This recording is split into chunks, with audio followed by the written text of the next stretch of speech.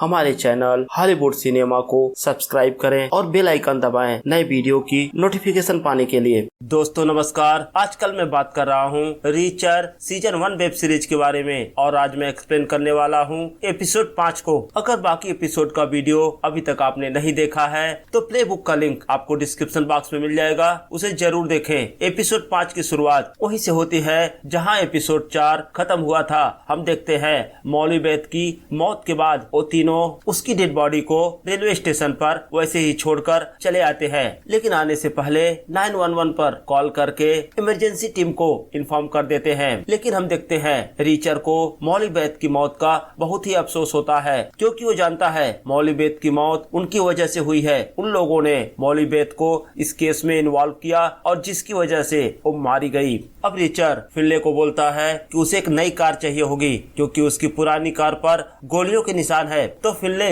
Richer को पाउल के घर ड्रॉप कर देता है, क्योंकि पाउल की कार अब खाली थी। अब रीचर पाउल की कार लेकर क्लाइनर के फार्म हाउस जाता है, जहां क्लाइनर ने अपनी गाय पाल रखी थी, क्योंकि उसके मन में एक सवाल हमेशा ही चलता रहता है कि क्लाइनर इतना सारा जानवरों का चारा किस लिए मंगाता होगा। तो रीचर वहां उस घास को नोटिस करता है जिसके बीज उसे पाउल के जूतों पर मिले थे। अब रिचर्ड सीधा पुलिस स्टेशन जाता है तो देखता है रॉस्को की गाड़ी पर किसी ने गाली लिखी थी। वो देखकर समझ जाता है एक काम जूनियर क्लाइनर का है। अब रिचर्ड गुस्से में अपनी कार लेकर वहां से निकलता है। रॉस्को समझ जाती है कि आज पंगा होने वाला है, तो रॉस्को तुरंत ही ये बात फिनले को बताती है। और इधर हम देखते हैं जूनियर क्लाइनर अपने दोस्तों के साथ बैठकर बातें कर रहा था, और जैसे ही रिचर्ड क्लाइनर की कार को उस होटल के बाहर देखता है वो समझ जाता है कि जूनियर क्लाइनर यही होगा। अब रिचर्ड जूनियर क्लाइनर के पास जाता है। जब रिचर्ड जूनियर क्लाइनर से मिलता है तो उसको बोलता है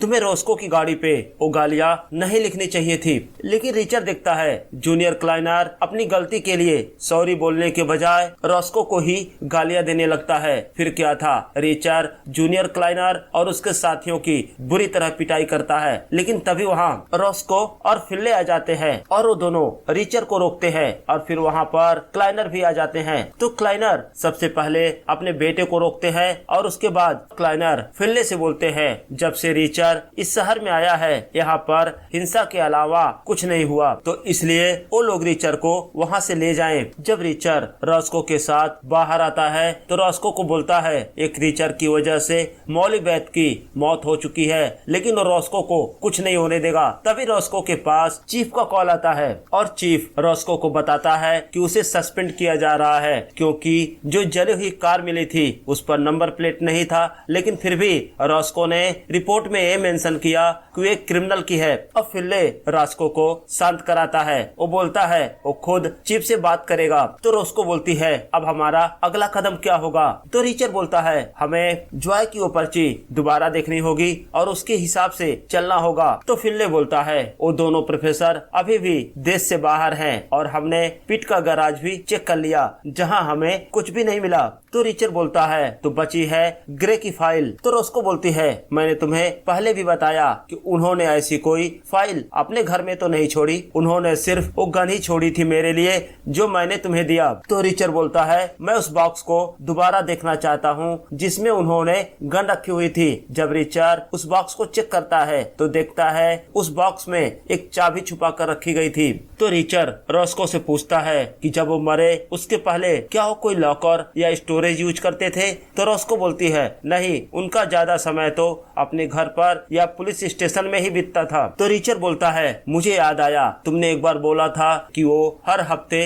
अपना बाल कटवाते थे, और जबकि उनके सर पर बहुत ही कम बाल बचे हुए थे तो उन्हें हर हफ्ते सैलून जाने की क्या जरूरत थी। अब वो तीनों उस नाई की दुकान पर जाते हैं तो उस दुकान का मालिक उन्हें एक बॉक्स देता है और रॉस्को को बोलता है कि तुम्हारे अंकल ग्रे ने मुझसे बोला था कि जब रॉस्को खुद ही इस बॉक्स को ढूंढते हुए आए तभी उसे देना। हम देखते हैं जैसे ही रॉस्को उस बॉक्स को खोलती है वो पूरा बॉक्स फाइलों से भरा पड़ा था। अब वो तीनों उन फाइलों को वही चेक करने लगते हैं तो नोटिस करते हैं कि क्लाइनर इंडस्ट्री से बहुत सारा पैसा बाहर जा रहा था। पैसे रिटर्न भी आ रहे थे, लेकिन रिटर्निंग अमाउंट की संख्या कम थी। और वही रिचर्ड उन लोगों को मैप के द्वारा बताता है कि क्लाइनर क्लाइनर ने इस शहर को क्यों चुना, क्योंकि ये शहर से बाहर जाने वाले रास्ते सुनसान हैं और उसके ट्रक आसानी से अलग अलग जगहों पर जा सकते हैं और जो कोई भी क्लाइनर के रास्ते में आता है क्लाइनर उसे मरवा देता है, जैसे जैक के भाई को मारा। और शायद उसने रॉस्को के अंकल को भी मारा था, लेकिन मारने के बाद उसे सुसाइड दिखाया गया था। तो रिचर्ड रॉस्को से बोलता है, मैं क्लाइनर से अपने भाई और तुम्हारे अंकल दोनों का बदला लूंगा। अभी वो तीनों बात कर ही रहे थे, तभी रिचर्ड के पास नीली का कॉल आता है। तो फिनले पूछता है, तुम्हारी क्या बात हुई? तो रिचर्ड बोलता है, उसने कोड में बात किया है, इसका मतलब जो भी जानकारी उसके पास है वो फोन पर बता नहीं सकती और ना ही उसने अपना एड्रेस बताया है, लेकिन मैं उसे ढूंढ लूंगा। क्योंकि रिचर्ड पहले भी नीली के साथ काम कर चुका था, वो जानता था नीली महंगे होटल पसंद नहीं करती, तो कहीं न कहीं सस्ते होटल में रुकी होगी और होटल बस स्टैंड के आसपास होना चाहिए। और हम देखते हैं रिचर्ड फाइनली नीली को ढूंढ लेता है। वो दोनों बैठकर खाना खाते हैं और आपस में बातें करते हैं। तो नीली बताती है कि जिन लोगों के तुमने नंबर मुझे दिए थे मैंने उनके बारे में पता लगाया, उनमें से एक एजेंट था जिसको उसके घर में घुसकर मार दिया गया और मरने के बाद उसके डेड बॉडी को पीटा गया था। तो रिचर्ड बोलता है, बिल्कुल सेम तरीके से मेरे भाई का भी मर्डर हुआ था। तो नीली बोलती है, इसका मतलब अब तो बहुत खून खराबा होने वाला है। तो रिचर्ड बोलता है, वो तो शुरू हो चुका है। और वही नीली रिचर्ड को बताती है कि हमसे पहले एक ऑफिसर क्लाइनर इंडस्ट्री के खिलाफ इन्वेस्टिगेशन कर रहा था। उसका मानना था कि क्लाइनर इंडस्ट्री की वजह से यहाँ पर प्रदूषण फैल रहा है और सबसे ज्यादा प्रदूषित यहाँ की नदियाँ हो रही हैं। लेकिन उसके बाद वो ऑफिसर गायब हो गया। रिचर्ड को वार्न करती है, बोलती है, ये लोग बहुत ही खतरनाक हैं, इनके पास बेरहम हत्यारे हैं और तुम्हारे साइज को देखते हुए मुझे लगेगा कि मैंने अपने 2 दोस्त खो दिए। अब सीन शिफ्ट होता है और हम रोस्को को देखते हैं। रोस्को फॉरेंसिक ऑफिस जाती है और वहाँ के टीम से मिलती है और उससे बोलती है उसे अपने अंकल ग्रे की पोस्टमार्टम रिपोर्ट देखनी है। जब रोस्को पोस्टमार्टम रिपोर्ट देखती है तो देखते हैं उसके अंकल के सर पर जो चोट लगी थी वो किसी हीरे जैसी ठोस चीज के मारने से हुई थी। अब रोस्को समझ जाती है कि उसके अंकल को मारने वाला कोई और नहीं पुलिस चीफ ही है, क्योंकि उसके स्टिक पर ही डायमंड लगा हुआ है। अब हम देखते हैं रोस्को सीधा पुलिस स्टेशन जाती है और पुलिस चीफ के चेहरे पर 2-3 घूंसे मारती है और साथ ही वो पुलिस चीफ को गालियां देती है। लेकिन फिनले मामले को संभालता है और रोस्को को लेकर बाहर आता है और फिनले रोस्को को अपनी कार में बैठाता है और वहां से लेकर निकल जाता है। रास्ते में फिनले रोस्को को समझाता है कि तुम्हें ऐसा नहीं करना चाहिए था। अब चीफ तुम्हारे खिलाफ वारंट निकालेगा और तुम्हें अरेस्ट करवा के जेल भेज देगा और रिचर्ड की तरह ही तुम्हें जेल में मारने की कोशिश की जाएगी। लेकिन तुम रिचर्ड की तरह पहलवान तो हो नहीं जो अपने आप को बचा पाओगी। तो रोस्को बोलती है, तुम्हें पता है मेरे अंकल ग्रे को किसने मारा था? तो फिनले पूछता है, किसने? तो रोस्को बताती है, उसको मारने वाला कोई और नहीं पुलिस चीफ ही है। तो फिनले बोलता है, बिना एविडेंस हम कुछ नहीं कर सकते। अब मुझे तुम्हें कहीं छुपाना होगा, इसलिए तुम अपने घर तो नहीं जा सकती। इसलिए फिनले रोस्को को लेकर एक छोटे से मोटल में जाता है, लेकिन वहाँ कमरा अपने नाम से बुक करता है। और वही दूसरी तरफ हम रिचर्ड और नीली को देखते हैं। नीली के पास एक खबरी का कॉल आता है। जब रिचर्ड और नीली उससे मिलने जाते हैं तो हम देखते हैं उनको खबरी से मिलवाने के लिए 2 पुलिस वाले होते हैं। जब रिचर्ड उस खबरी से मिलता है तो खबरी बताता है कि यहाँ पर जितने भी पुलिस वालों का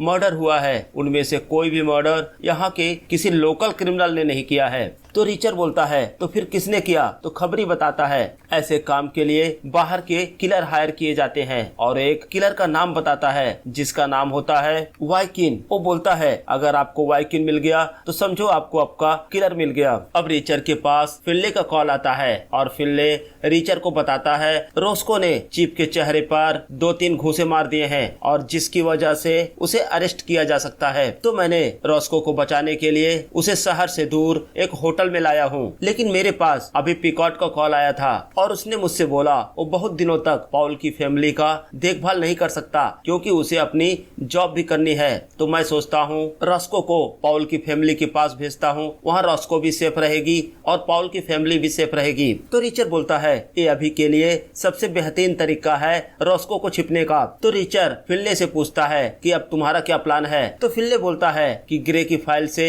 हमें ज्यादा जानकारी नहीं मिल पाई है, है, इसलिए मुझे आज रात चुपके से क्लाइनर के ऑफिस जाना होगा और भी सबूत इकट्ठा करने के लिए। और उसको रिचर से पूछती है कि तुम्हें क्या पता लगा। तो रिचर बताता है मुझे एक किलर का नाम पता चला है जिसने एक एजेंट को मारा था, मैं उसी से मिलने जा रहा हूँ। अगर राजू मुझे मिल गया तो हमें पता चल जाएगा कि इन सब का मास्टरमाइंड कौन है। लेकिन तभी हम देखते हैं जिन दो पुलिस वालों के साथ रिचर और नीली कार में जा रहे थे उनमें से एक पुलिस वाला अपने साथी पुलिस वाले को शूट कर देता है और रिचर को बोलता है मैं तुम्हें भी मारूंगा, लेकिन घबराओ मत, मैं तुम्हें तड़पाऊंगा नहीं। लेकिन तभी रिचर पीछे की सीट पर अपने पैरों से मारता है और कार डिसबैलेंस होकर एक नदी में गिर जाती है और हम देखते हैं वो पुलिस वाला मारा जाता है, लेकिन रिचर और नेली बचकर बाहर आ जाते हैं। अब सीन शिफ्ट होता है और हम फिनले को देखते हैं। फिनले चोरी से क्लाइनर के ऑफिस में जाता है, लेकिन जब वो उसके ऑफिस में पहुंचता है तो देखकर दंग रह जाता है। उसके सामने क्लाइनर की डेड बॉडी पड़ी होती है। क्लाइनर का गला काटकर किसी ने उसका मर्डर कर दिया था। लेकिन फिनले सोचता है अब तक उनका सस्पेक्ट तो क्लाइनर ही था, तो फिर क्लाइनर का मर्डर किसने किया। इसी सस्पेंस के साथ एपिसोड 5 यही समाप्त हो जाता है। तो दोस्तों कमेंट सेक्शन में हमें जरूर बताएं आपको ये वीडियो कैसा लगा, और अगर अभी तक आपने मेरे चैनल को सब्सक्राइब नहीं किया है तो प्लीज सब्सक्राइब करें। और अब हम मिलते हैं आपसे अगले वीडियो में, तब तक के लिए जय हिंद दोस्तों।